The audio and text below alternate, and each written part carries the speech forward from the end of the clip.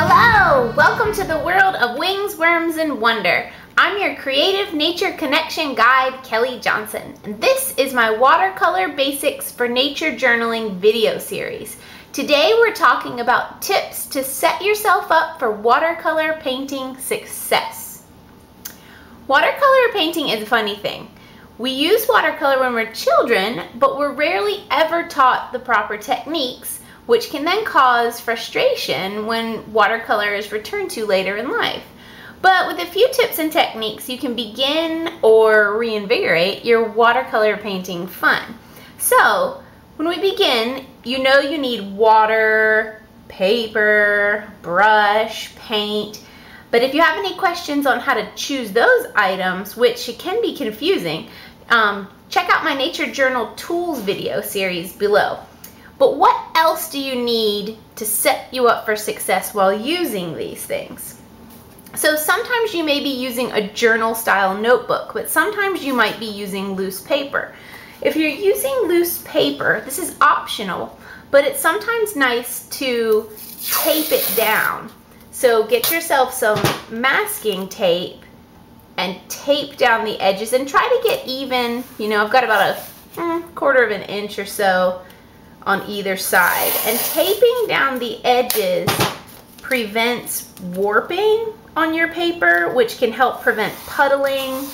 It can make a nice border. You can always tape straight to your table, but then you can't turn and move your page very well. So I just tape to a piece of board.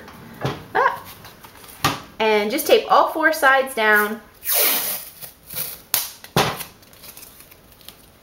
Just like that, fairly evenly. And there you go. You have a nice, firm, sturdy work surface. So masking tape and a board is something to help set you up for success.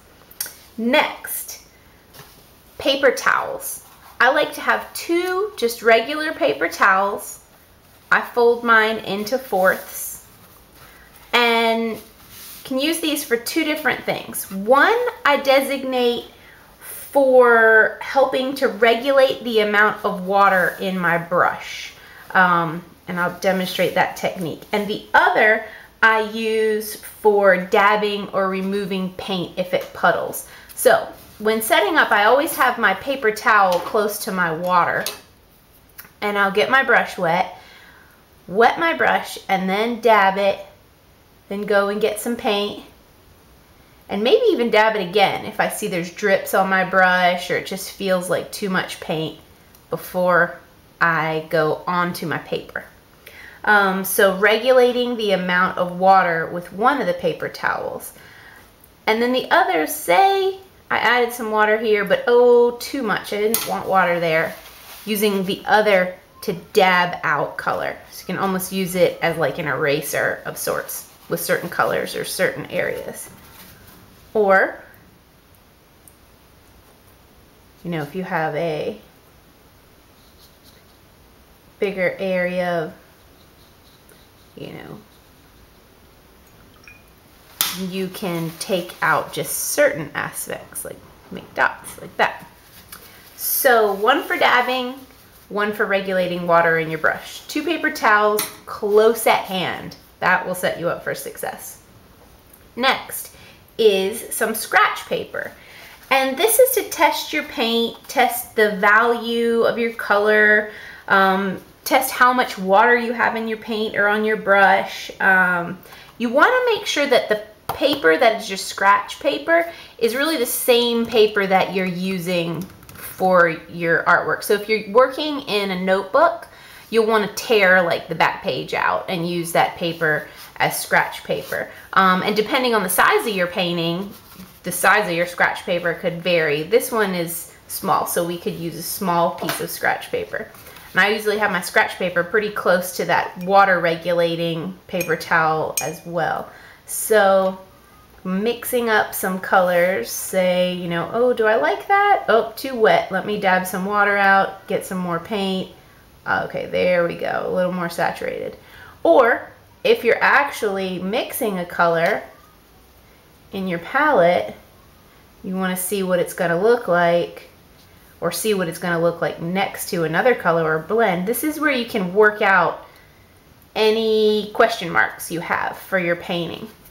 The scratch paper is really invaluable for testing all kinds of things, from minor techniques to, say you were going to put a word and you're like, how do I spell that? You know, test out anything you want on your scratch paper before you test out on, you don't want to experiment on your actual artwork most of the time. Sometimes you do, not all the time. So scratch paper, key for success. And then extra fresh water. You can see here I have 2 water containers. One, this is my regular paint water jar. You can see it's kind of dirty, which is fine. I just rinse it. And this is my brush rinsing water. But this here, this is if I want to use a clean brush to apply clear water directly to my artwork. If I'm doing a wet on wet technique or some other techniques, I'll use this, because very likely if I were to use this water, now we haven't been painting long, but you know, give it 15 minutes, this water is going to be not pure and pretty cloudy, which could cause problems on your artwork, especially if you're using lighter colors. If you're using a yellow or a green, you don't want brown or gray mixing in with it, probably. So don't want to have dingy water on your paper, because watercolor, you know, you want to keep it clean and beautiful and true to the colors that you want things to be. If a flower is pink, you want it to be pink. So clean water, brush cleaning water, and clean water will help set you up for success. So as far as variables with each of these items, you might have a personal preference for the things you like your paint or your brushes, but having these few very simple extra supplies with you when painting will allow you to get the color and the consistency you seek before your brush touches your actual page. So remember, play around with how you arrange your workspace, you know, where you like your things to be. Are your extra brushes up here? Are they to the side? Are you right-handed? Are you left-handed? Is your clear water further away so you don't accidentally wash your brush in it? How close is your scratch paper to your palette? How close is your paper towel to your water? How close is your water to your actual painting? Where do you keep your puddling? See, this is starting to puddle, so I could dab some of that out. Where do you keep your dabbing paper towel? Really finding your workspace flow, whether that be at home or in the field, and they could be 2 very different things. So play around with it to discover the best flow for your hand and your painting process. And I think with practice and the best supply set up for you, you will find your confidence and technique will begin to successfully flow. Thank you for joining me in the Wings, Worms, and Wonder Watercolor Basics for Nature Journaling series. Subscribe below so you don't miss any of the videos in this series. You can find more Nature Journal painting tutorials in my Nature Journal Tools series, and get deeper instruction in my Connecting with Color Theory for Nature Journaling, and my Draw Yourself Back to Nature Art Journaling for Everyone e-courses. I have lots more creative connection ideas, tips, tricks, and activities on my blog, Wings, Worms, and Wonder. Check it out. And you can subscribe to my newsletter to have these fun nature connection ideas delivered right to your inbox, and get a copy of my free ebook. So get out there, play with your supplies, get these little extras, get your flow set up, and have fun with it. Bye.